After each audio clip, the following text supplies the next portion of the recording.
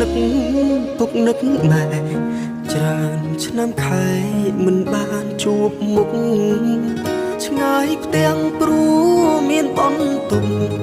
ញឹងហូរទល់យប់បដូរយកកំរៃដល់ខែមិនជុំ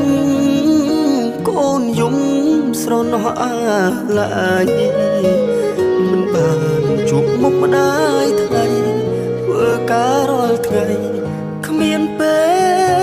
លសម្រាប់ចាក់ឆ្ងាយពីស្រុកមកសំកុក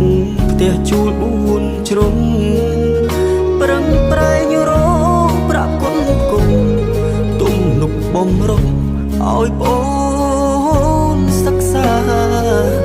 ចង់វើស្រុកវិញតោមិនដឹងមិនដឹងយ៉ាងណានាមជាកូនច្បងគ្រួសារ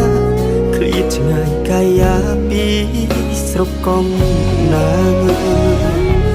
ពុកម៉ែចាស់ហើយនៅឡើយកូនមិនអាចក្បែរមិនអាចនឹងថ្នាក់ធ្នមថែមួយខែកាន់តែ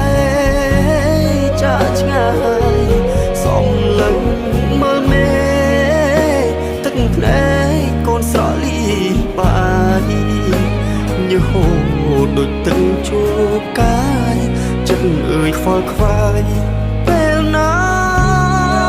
ហត់ទុកពីពុកម៉ែផ្ដាំកូននៅចាំមិនអាចបំភ្លេចធ្វើការកុំខានបាយទឹកចេញនឹករលឹកដឹងគុណពុកម្ដាយធ្វើជាមនុស្សល្អទូក្រក៏ម៉ែមិនស្ដាយ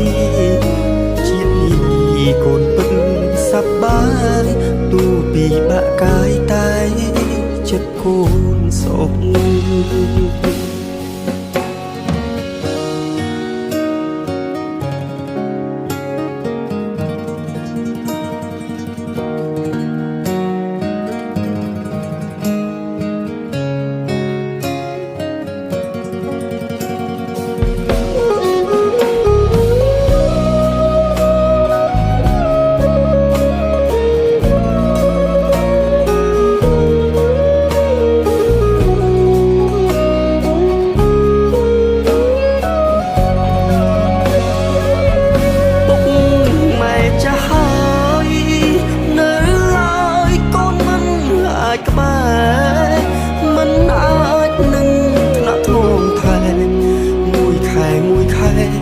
កាន់តែចាឆ្ងាយសំឡឹងមើលមេទឹកភ្នែកកូនស្រលីបាយញើហូរដូចទឹកជួកាយចិត្តអើយខ្វល់ខ្វាយពេលណាហត់ទុកពីពុកម៉ែដាំកូននៅចាំមិនអាចបំភ្លេចកុំខានបាយទឹកចេញនឹករលឹកដឹងគុណពុកម្ដាយធ្វើជាមនុស្សល្អទូក្រក៏ម៉ែមិនស្ដាយជាតិនេះកូនពិតសប្បាយទូពីបាក់កាយតែ